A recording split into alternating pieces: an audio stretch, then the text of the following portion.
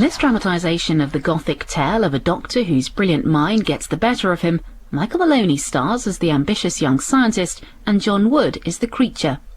Mary Shelley began the book in the summer of 1816 at the age of 21 as part of a ghostwriting competition with her husband Shelley and the poet Byron. Nigh on 200 years later, it's still scary stuff. Frankenstein by Mary Shelley, dramatised in 2 parts by Nick Stafford, with Michael Maloney as Frankenstein and John Wood as the creature. Part 1.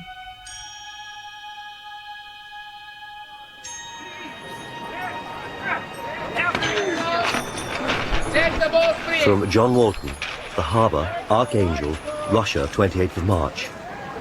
I have hired a vessel and sailors, men on whom I can depend, possessed of dauntless courage. The captain is a person of excellent disposition, who has been as far north as any human. As we prepare for our heroic undertaking, I try in vain to be persuaded that the North Pole is the seat of frost and desolation. It ever presents itself to my imagination as the region of beauty and delight, where the sun is forever visible. A land surpassing in wonders and beauty every region hitherto discovered on the habitable globe. We shall tread a land never before imprinted by the foot of man. Do I not deserve to accomplish some great purpose? If I succeed in this enterprise, many, many months, perhaps years, will pass before you and I may meet. If I fail, you will see me soon again, or never. Cast off forward! Aye, aye, Captain! Cast off aft!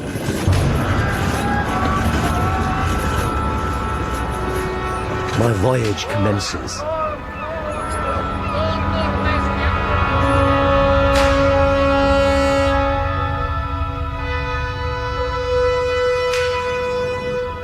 July the 31st. We are halted, surrounded by ice, and have been completely enveloped in fog. Starboard 40! What is it? A sledge! Where's Slade? Nikolai! Telescopes for myself and Mr. Walton! Through the mist! I can see it! Hail it! Oh my God! Who is Telescope, sir. What is it? It's enormous! What is it, a man? I can't see it. There's a man on the sledge. I see him! He doesn't stop! It's terrible. Do my eyes deceive me? Or is he a giant? Assuming the dogs are of normal stature, I should say he We are hundreds of miles from land. is. We are. I can't see it no more. Can you distinguish his features? No, Could there be land not on the maps? I did not think so, but he must have come from somewhere and be heading somewhere. The fog's closing in again. He's out of sight. How long before the ice breaks and we can move on? Tonight, tomorrow, the day after. Maybe we'll find the North Pole is inhabited by giants. Hey, Mr. Walton.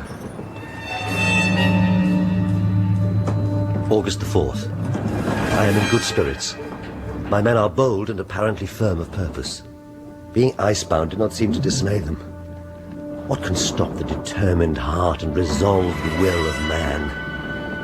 We move now amongst the drifting floes of ice, but slowly... Yes? Captain said I should disturb you, Mr. Walton. What is it? The captain requests you come and see. Mr. Walton, another man on a sledge. Another? I think he's insane. Sir! Who are you?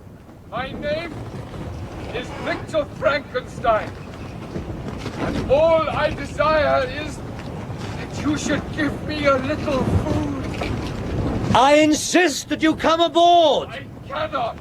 Your ice floe may break up! I shall take my chances. Where have you traveled from? Europe. Europe? Yes. Please. Whither are you bound? To the North Pole! And you? You north. A voyage of discovery. You promised me that you are heading north. Yes! In that case, I will come aboard, but only if my sledge and dog may also be accommodated. For it may be you turn back, whilst I must go on. Surely! Bring them aboard! He looks half dead. More dead than alive. Is he saying he's come all the way from Europe over the ice? Is this possible? Makes me think of the giant. I got it. Take Mr. Frankenstein down to the galley. Rub him with brandy. Feed him. I got it. We might have to redraw the maps.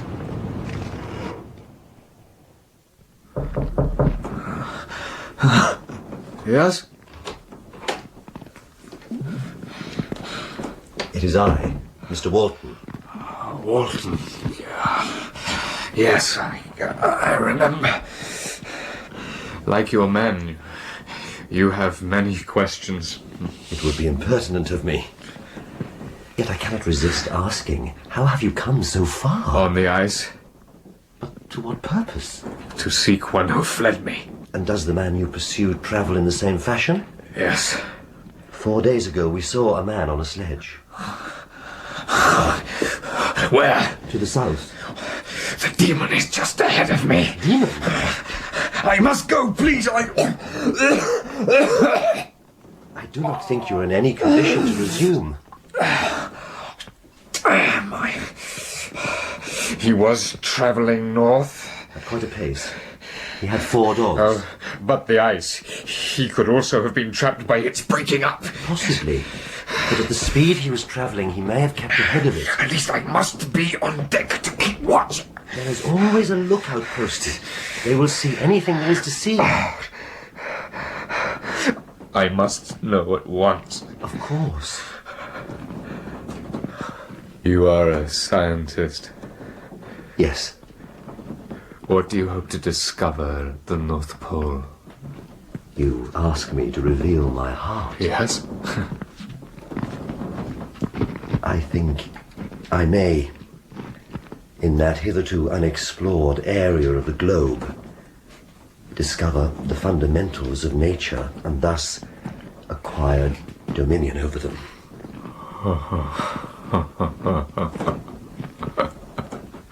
Unhappy man.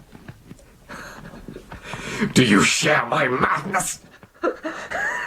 Have you drunk of the intoxicating draught? Hear me! Let me reveal my tale! And you will dash the cup from your lips.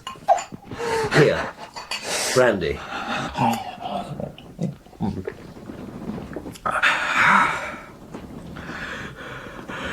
Why do we do these things? What things? These explorations?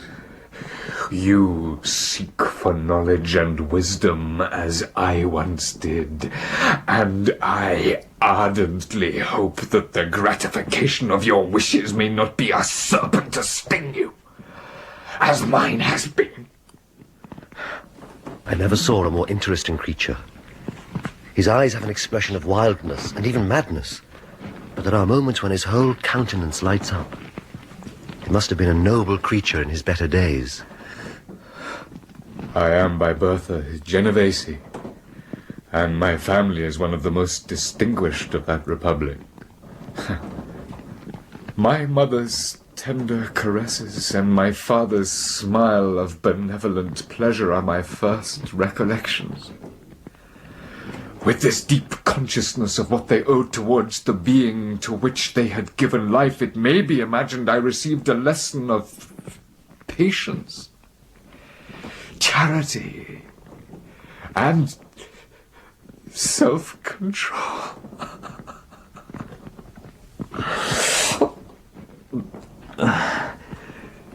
My mother much desired a daughter, but for a long time I was their only care. When I was about 12 years old, while making an excursion beyond the frontiers of Italy, we passed a week on the shores of Lake Como. My mother's benevolent disposition often made her enter the cottages of the poor. Victor, don't stare. They have hardly any clothing. They are poor. Have you come for her? Come for who? Well, the fair one, Elizabeth. No, obviously not. That's a pity. As you can see, she's not ours in the natural way of things. She's golden-haired because her mother, who died in childbirth, was a German, and her father a Milanese nobleman. He gave her to us to nurse. We were better off then. Her father was involved in politics, wresting Italy from Austria. I don't know if he's dead or in a dungeon, but his property has certainly been confiscated. Looks a cherub, doesn't she? She is striking. We sometimes think she was sent by heaven. My mother engaged my father's approval, and the result was that Elizabeth Lavenza came to live with us. I looked upon her as someone to protect, love, and cherish. My more than sister. Please, do not continue on my account. My parents had a second son, Ernest, and then William. Poor William. We moved to Lake Geneva, and that's where we grew up, along with my dear friend, Henry Clerval. Victor, Henry, lie on your backs and look at the clouds. And what, Elizabeth, will be revealed to us? You'll see shapes, cities and castles in the air. Very well. See that one tinged with grey and mauve? I see a castle with battlements. I see a cloud. The drawbridge is lowered. Knights ride out. A maiden waves a silken handkerchief from the tower. It's King Arthur and Guinevere. Is Arthur gone to seek the Holy Grail? A quest! A quest! Why clouds? What are clouds? I shall stand on this rock and adopt the pose of Guinevere. And I shall be Arthur. You, Victor, you may be Lancelot, Gawain, or Galahad. Charge! Woohoo! I should rather be Merlin and capture a cloud, squeeze it until the essence of nature is distilled.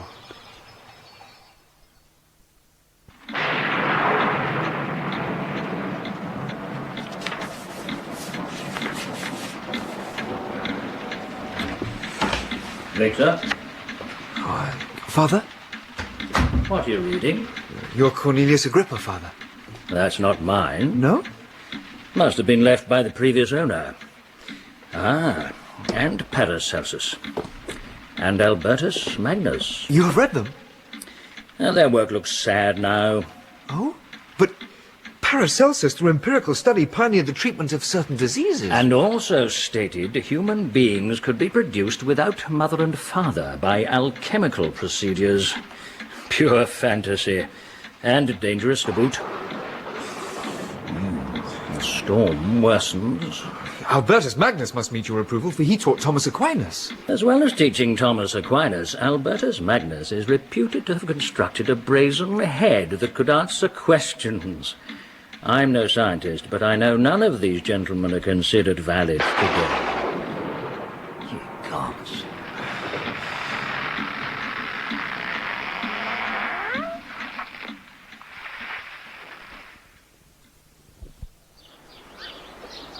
Is the oak tree completely dead? Well, as you can see, the lightning struck it, eliminating the upper branches, and the trunk, rather than splitting, has been reduced to thin ribbons. Tap it. It's not like wood, it's like metal. The lightning has transformed the wood. In the library there's a book by Luigi Galvani of Bologna. Now, through his experiments, he deduced that an electricity resides in the nerves and muscles of animals. Is the same true of humans? He only records his experiments with a frog. If he has experimented with humans, he's damned. No, the usefulness of his work is that we know how to improve certain objects by coating them with metal. Calvinism. His other work, I'd be tempted to bracket with the ancients you were reading last night. There's nothing to be gained from attempting to discern the spark of life. Can anything ever be known? We can dissect a frog, name its pulse, agitate it with electricity, but we cannot make it live once it is dead. Will the tree grow again? No. I think it looks sad now. Sad, Elizabeth? Feel how much like iron it is. When I became 17, my parents determined I should attend the university at Ingolstadt. But before the day of my departure could arrive, Elizabeth caught the scarlet fever. My mother attended Elizabeth's sickbed, and her watchful attentions triumphed over the malignant distemper. Elizabeth was saved. But on the third day, my mother sickened. Her fever accompanied by the most alarming symptoms. On her deathbed, she joined the hands of Elizabeth and myself. There, my dear. My children, my firmest hopes of future happiness were placed on the prospect of your union. Mother, don't say were. This expectation will now be the consolation of your father. I should have died. It is not in our gift to decide. Here, Elizabeth, I want you to have my locket. Keep it. Elizabeth, my love, you must supply my place in the home. Take the locket. Victor, fasten it for her. I will endeavour to resign myself cheerfully to death, and will indulge hope of meeting you in another world.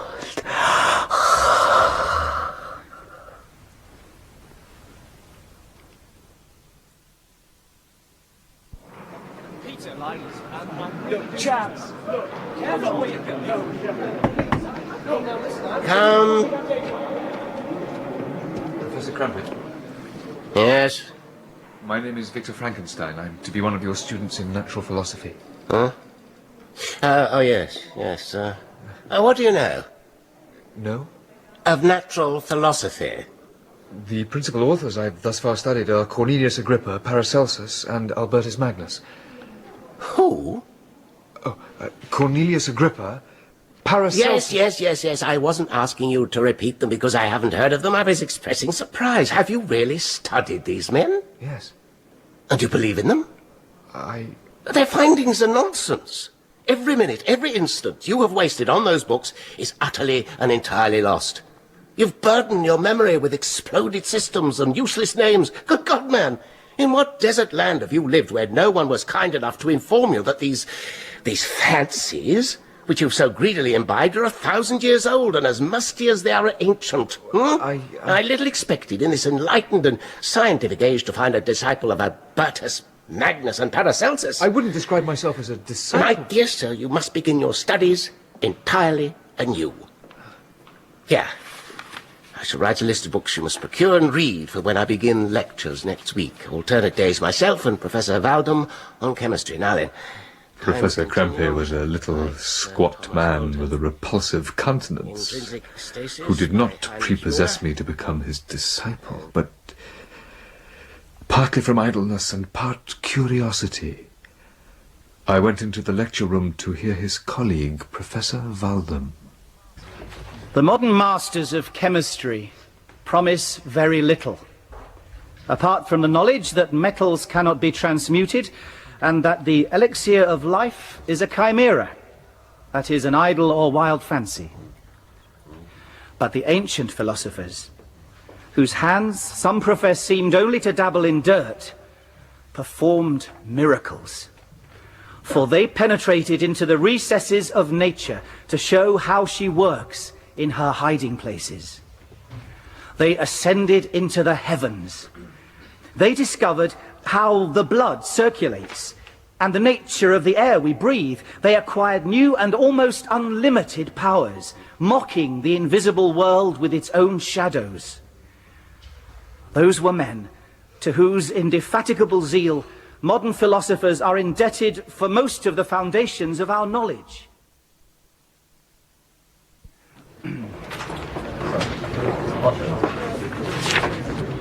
Professor Waldman.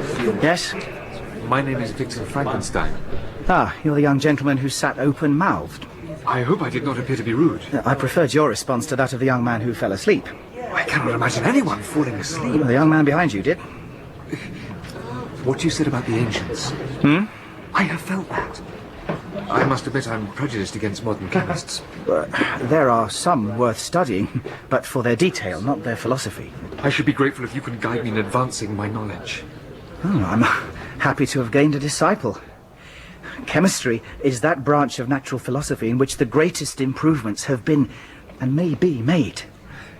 Come this way. He then took me into his laboratory and explained the use of his various machines, instructed me as to what I should procure. He also gave me a list of books, and I took my leave. Kindly, Professor Waldman. It was a memorable day for me. It decided my future destiny. 2 years passed, during which I paid no visits to Geneva, but was engaged heart and soul in the pursuit of discoveries. Whence, I often asked myself, did the principle of life proceed? To examine the causes of life, we must first have recourse to death. I became acquainted with the science of anatomy, but this was not sufficient. I needed also to observe the natural decay and corruption of the human body.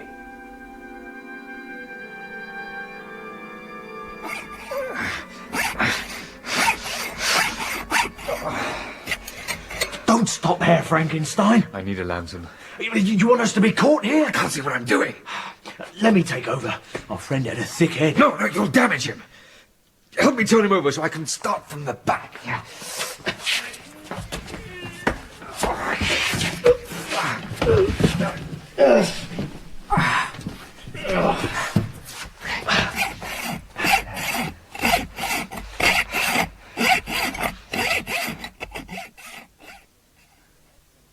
Your essay was remarkable. Thanks to your inspiration. No, I cannot claim to be your inspiration. It was your first lecture. The various keys which form the mechanism of my being have been touched. Chord after chord sounds within me. I am not worthy of a disciple. Apart from your studies, how is life in Ingolstadt? I have no other life. It shows in your countenance. 2 years here, and you have no friends. I have no time for frivolity. A degree of frivolity is entirely necessary, especially for one as youthful... My mind is filled with one thought, one conception, one purpose. So much has been done. More, far more, will I achieve. Treading in the steps already marked, I will pioneer a new way, explore unknown powers. To what end? The creation of beauty. Can you be more specific? I shall have something to show you soon. My limbs now tremble, and my eyes swim with the remembrance, but a restless and almost frantic impulse urged me forward. Every night I was possessed of a slow fever, and I became nervous to a most painful degree. The fall of a leaf startled me, and I shunned my fellow creatures as if I'd been guilty of a crime. Sometimes I grew alarmed at the wreck I perceived that I had become. The energy of my purpose alone sustained me. Eventually, on a dreary night in November, I beheld the accomplishment of my toils.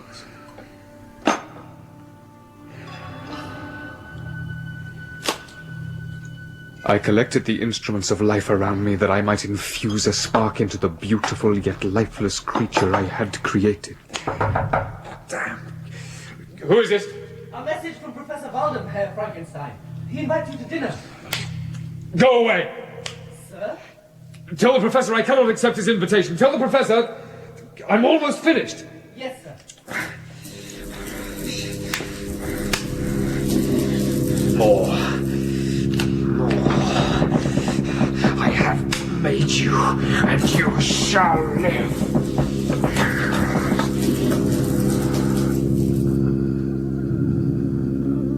What?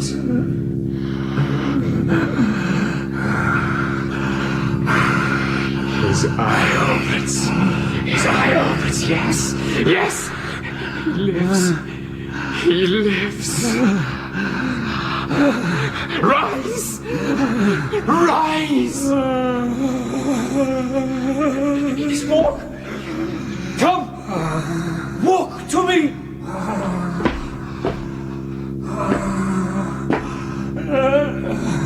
Oh, light! More light!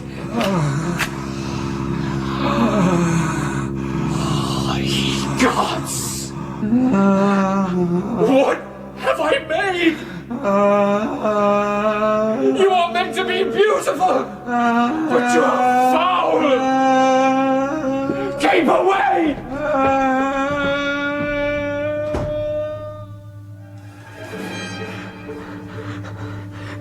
I relive it now. The beauty of my dream vanished. Breathless horror and disgust filled my heart. I threw myself on my bed, endeavoring to seek a few moments of forgetfulness. I slept, indeed, but I was disturbed by the wildest dreams. I saw Elizabeth, in the bloom of health, walking in the streets of Ingolstadt. Why, Elizabeth? Victor! I embraced her, but as I imprinted the first kiss on her lips, they became livid with the hue of death. Oh, ye gods! oh, Elizabeth! Her features appeared to change, and I thought that I held the corpse of my mother in my arms. oh. No! No!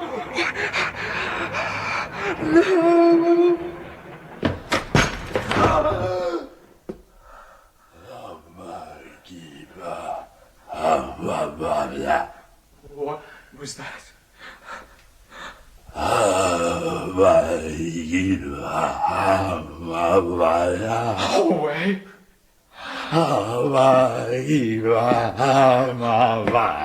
Why do you smile at me? Why reach out to me? You think I will take your hand? You think I will embrace you? Keep away from me! Away!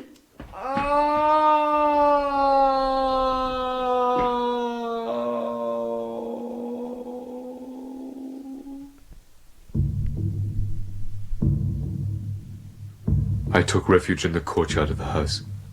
Sometimes my heart beat so quickly I felt the palpitation of every artery.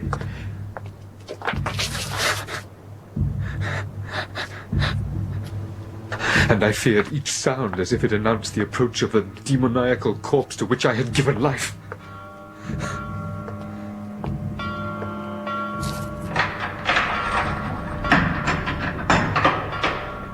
At dawn, the gates to the courtyard were opened, and I issued into the streets. It began to rain. I dared not look about me. Like one that on a lonesome road doth walk in fear and dread, and having once turned round, walks on and turns no more his head, because he knows a frightful fiend doth close behind him tread. Continuing thus, I came at length to an inn, and I know not why, paused to study a coach. Which approached. Victor! Henry? Henry, is it you? My dear Victor! How glad I am to see you!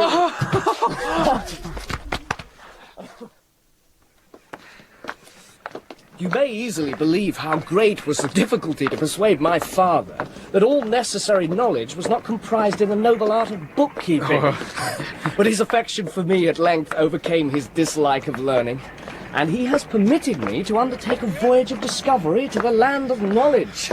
It gives me the greatest delight to see you, but, tell me, how left you my family? Very well. And very happy, only a little uneasy that they hear from you so seldom. Ah, But by the by, I mean to lecture you a little upon their account. But... my dear Victor, I did not before remark how very ill you appeared. So thin and pale, and look as if you had been watching for several nights. Well, you've guessed right. I have lately been so deeply engaged in one occupation that I have not allowed myself sufficient rests. But I sincerely hope that all these employments are now at an end and I am free. Oh, Friedrichstrasse. Friedrichstrasse, that is your address, is it not? What? Yes. Number 15C. I thought we might go to a cafe. I should like to deposit my luggage first. Well, here, let me... You can't carry them alone. No, please, Henry. Stay here whilst I go up and make my rooms more welcoming. I was not expecting visitors. Well, of course. But let me wait at the front door.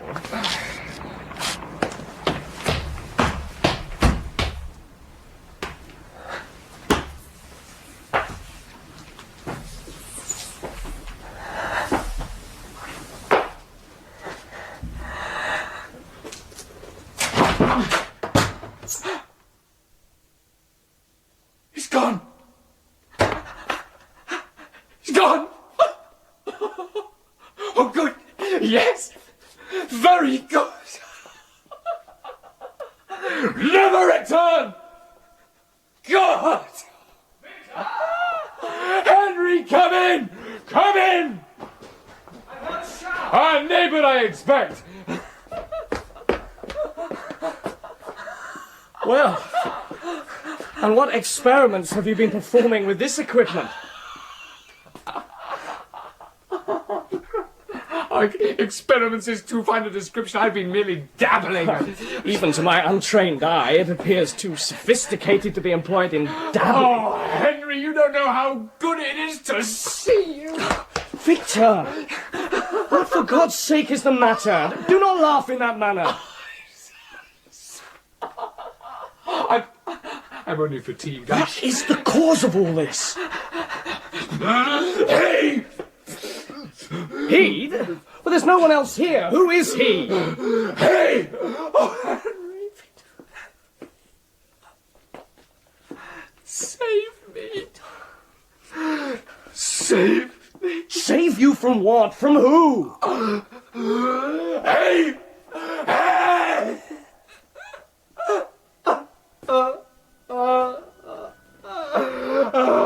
This was the commencement of a nervous fever which confined me for several months. The form of the monster on whom I had bestowed existence was forever before my eyes, and I raved incessantly.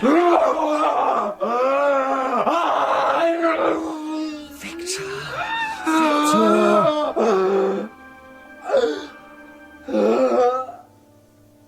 By very slow degrees, and with frequent relapses, I recovered. Are you awake? Dearest Henry, how kind, how very good you are to me. This whole winter, instead of being spent in study as you promised yourself, has been consumed in my sick room. How shall I ever repay you? You will repay me entirely if you get well as fast as you can. And since you appear in such good spirits, you will perhaps be glad to see a letter that has been lying here some days for you. It is from Elizabeth. My dear Victor, get well and return to us. You'll find a happy, cheerful home and friends who love you dearly. Your father's health is vigorous, and he asks but to see you. Your brothers, Ernest and William, flourish. My trifling occupations take up my time and amuse me, and I'm rewarded for my exertions by seeing none but happy, kind faces around me. Except Justine, our housemaid, has been having a hard time of it. One by one, her brothers and sister died, and now her mother. Justine has returned to us, and I assure you I love her dearly. I wish you could see William. He's very tall of his age, with sweet, laughing blue eyes, dark eyelashes and curling hair. Right, dearest Victor. One line, one word will be a blessing to us. Dear, dear Elizabeth. I will write instantly and relieve them from the anxiety they must feel. Yes. And when you have done that, I suggest we discuss a walking tour. Oh, Henry, this has been a glorious fortnight. We have been blessed with the weather. Oh, I realize now I'd become too single-minded. Lost touch with the better feelings of my heart. You haven't revealed about what you were so single-minded. Oh, it matters not now. Once again I love nature, the cheerful faces of children. Excellent friend. A selfish pursuit had cramped and narrowed me until your gentleness and affection warmed and opened my senses. I have become the same happy creature who a few years ago, loved and beloved by all, had no sorrow or care.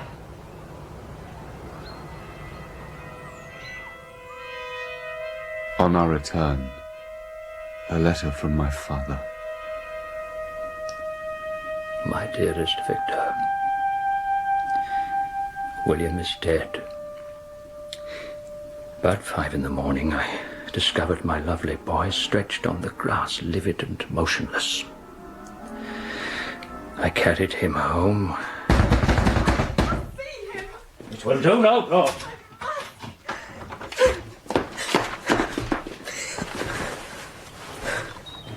It's not there! What? Oh, it isn't there! Oh, God! I've murdered my darling child. What? The locket his mother gave me. Last night he teased me to let him wear it. It's gone. It must be that which urged the murderer to his deed.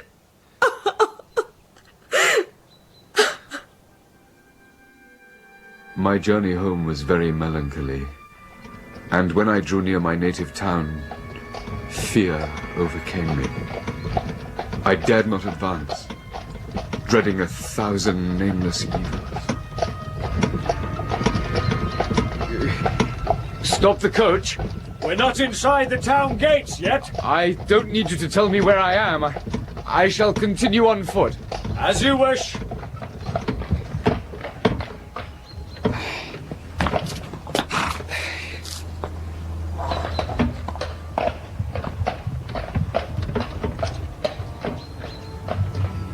Dear mountains, your summits are clear, the sky and lake are blue and placid. Is this to prognosticate peace or mock at my unhappiness? My country, my beloved country. Then, when night fell, I was too late to enter the town, the gates being shut. I resolved to visit the spot where poor William had been murdered.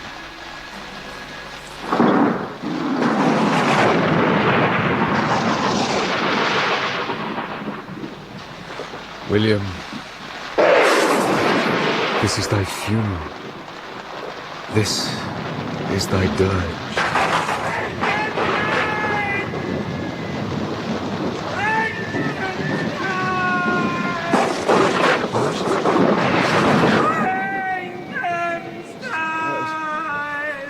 who is that?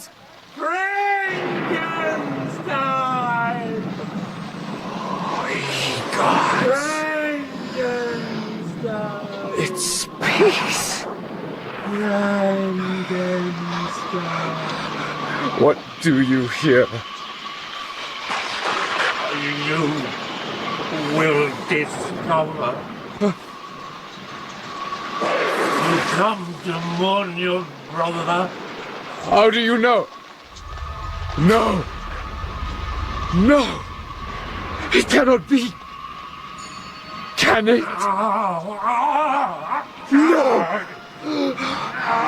You are the murderer! Ye gods! Come back, demon! Show yourself!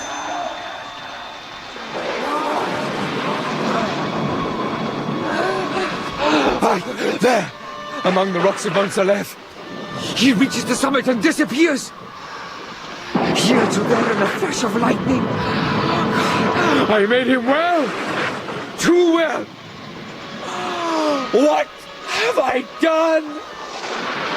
Have I turned loose into the world a depraved wretch whose delight is in carnage and misery?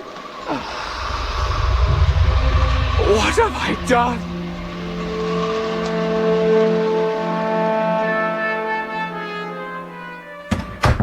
Welcome, my dear brother, Victor. Honest, I wish you had come 3 months ago. Then you would have found us all joyous and delighted. You come to us now to share a misery which nothing can alleviate. Yet your presence will, I hope, revive our father, who seems sinking under his misfortune. And your persuasions will induce poor Elizabeth to cease her vain and tormenting self-accusations. She most of all requires consolation, having accused herself of the death of our brother. But now the murderer is caught. Oh, how can that be?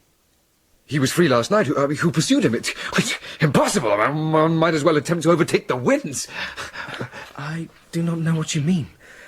But to us, the discovery we have made completes our misery. Who would credit that Justine, who was so amiable and fond of all the family, could suddenly become capable of so frightful, so appalling a crime? Justine? Justine Moritz? Is she the accused? No one believes it, surely, Ernest. Several circumstances came out which forced conviction upon us. But she will be tried today, and then you will hear all. It is not Justine! Victor. Father. Has Ernest told you of Justine? I have, Father. Justine is quite innocent. Well, that is evident. I know she is not guilty. Then who is guilty? Victor? Nothing, Father. If Justine is innocent, God forbid that she should suffer as guilty. The evidence is circumstantial, and I sincerely hope that she will be acquitted. They cannot find her guilty on circumstantial evidence. Hello, Victor. Oh, Elizabeth. Let me look upon you. Time has altered you. It has endowed you with loveliness surpassing the beauty of your childish years. Your arrival fills me with hope. You perhaps will find some means to justify my poor guiltless Justine. Well, who is safe if she be convicted of crime? She is innocent, and that shall be proved. Everyone else believes in her guilt, but I know it is impossible. Dry your eyes, Elizabeth. If Justine is innocent, rely on the justice of our courts.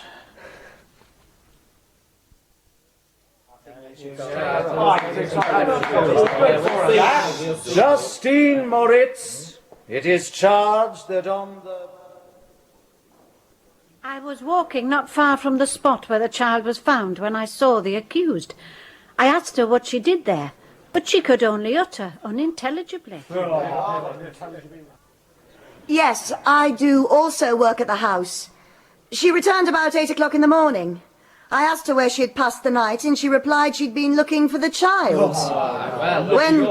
When shown the body, she fell into violent hysterics and kept her bed for several days. And you found the locket? I was going through her clothes in preparation for the laundry. Silence! Call the defendant, Justine Moritz. I was given permission to spend the evening at the house of an aunt, at Shen, a league from Geneva. On my return, at about 9 o'clock in the evening, I met a man who asked me if I'd seen anything of the child. I then spent several hours looking for him. Then, finding the gates of Geneva shut, I took refuge in a barn. Most of the night I spent watching, but towards dawn I slept a little. I was wakened from my sleep because I thought I heard steps. At dawn, I recommenced searching for William. If I passed near the spot where his body lay, it was without my knowledge. I was unable to respond intelligibly to the first witness because I'd not slept and was disturbed by the disappearance of William. Concerning the locket, I can give no account. I am only left to conjecture. I beg permission to have character witnesses, and if their testimony will not overweigh my supposed guilt, I must be condemned, although I would pledge my salvation on my innocence. Call Elizabeth Lavenza! I am well acquainted with the accused. I have lived with her in the same house. For my own part, I do not hesitate to say that, notwithstanding all the evidence produced against her, I believe and rely upon her perfect innocence. What was that? As to the bauble the case rests upon, if she had desired it, I should have willingly given it to her. So much do I esteem and value her. Why speak well of her? She murdered your brother! She's a murderer! Silence! She's innocent! She did not do it!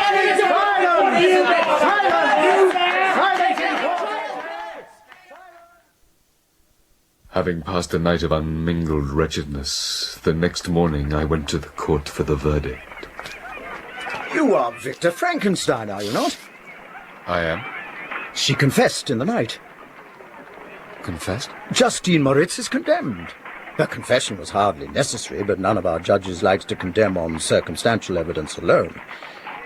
I hope you and your family find some peace now.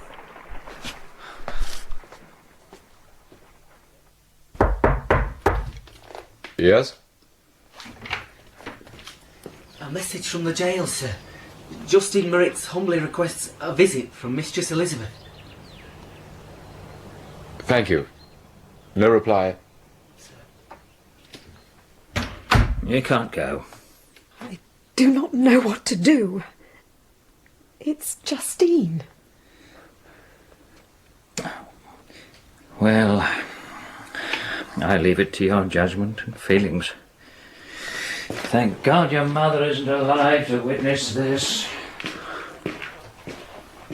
Victor, would you accompany me? I? I cannot go alone. Thank you.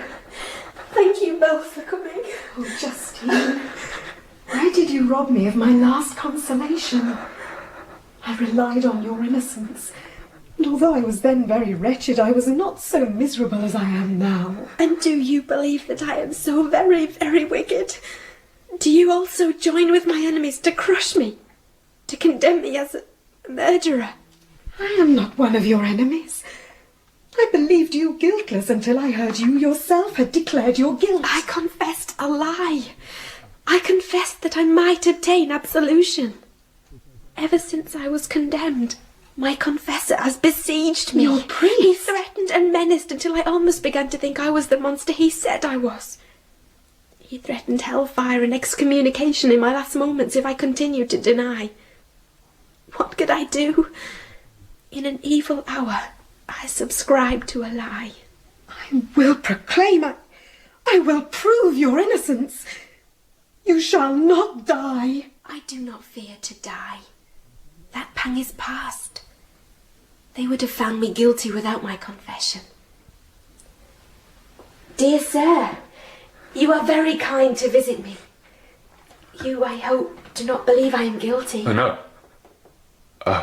No, absolutely not. No, Justine. He is more convinced of your innocence than I was. I truly thank you. I wish that I were to die with you. I cannot live in this world of misery. Farewell, sweet lady. May heaven in its bounty bless and preserve you. May this be the last misfortune that you ever will suffer. And on the morrow, Justine died. You did not speak then? What could I say? Mr. Walton, what would you have said? I know not. Please. I do not accuse. I do not mean to torture you any more than... I cannot be tortured any more than I am. Then I thought I had reached my limit if I had but guessed. Gods.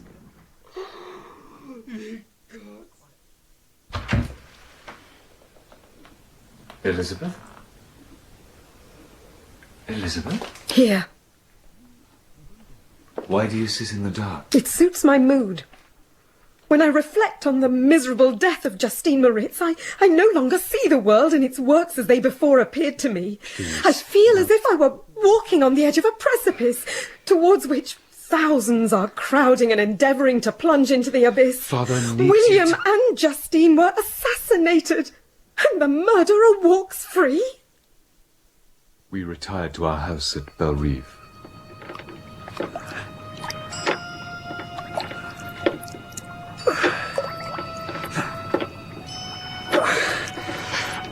I have been the author of unutterable evils.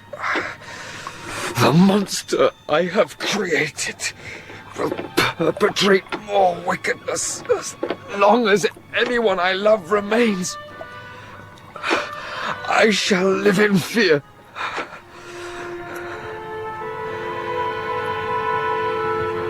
I should plunge into this silent lake, that the waters might close over me and my calamities forever.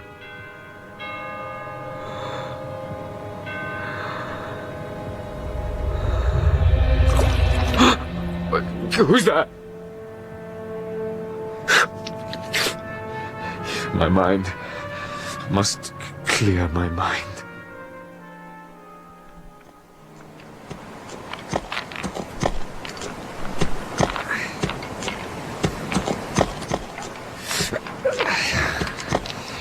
Trees lie broken. Mists rise from the rivers. Stones roll on glaciers. Come on! Ignorant beast! Come on! Forward! I shall leave you here then.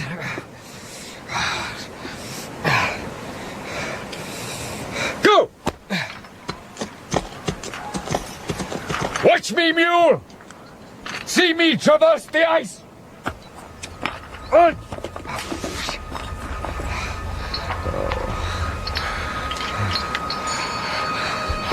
Wandering spirits, allow me this faint happiness, or take me as your companion away from the joys of life. What? Where? There! The wretch! Frankenstein! Wretch! Demon! Dare you approach me? Oh, that I could, with the extinction of your life, restore those victims you have so diabolically murdered. I shall speak and you shall listen. I shall not. You must. You, my creator, detest and spurn me, thy creature. You want to kill me? You who made me? How dare you sport us with life? Horrid monster! Fiend that thou art! The tortures of hell are too mild a vengeance for thy crimes. You reproach me with your creation. Come on then, that I may extinguish the spark I so negligently bestowed! Remember, thou hast made me more powerful than thyself. But I will not be tempted to set myself in opposition to thee. I ought to be thy Adam, but I am rather the fallen angel whom thou drivest from joy for no misdeed. I was benevolent and good, but misery made me a fiend.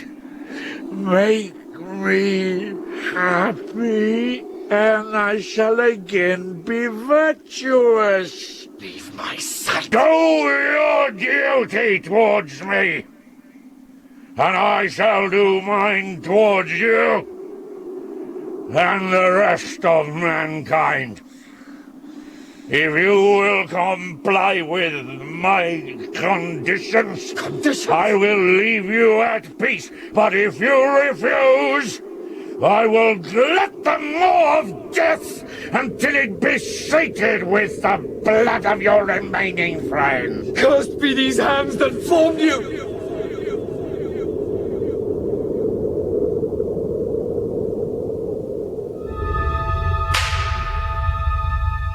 In Frankenstein by Mary Shelley, dramatised by Nick Stafford.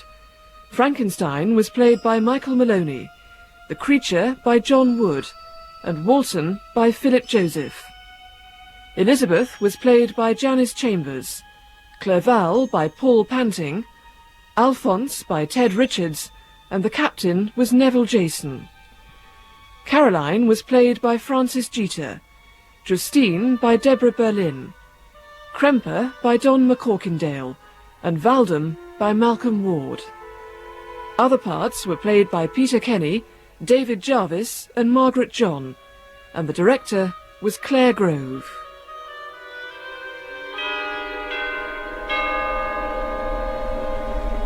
And be sure to join us for part 2 of Mary Shelley's Frankenstein tomorrow night at the same time.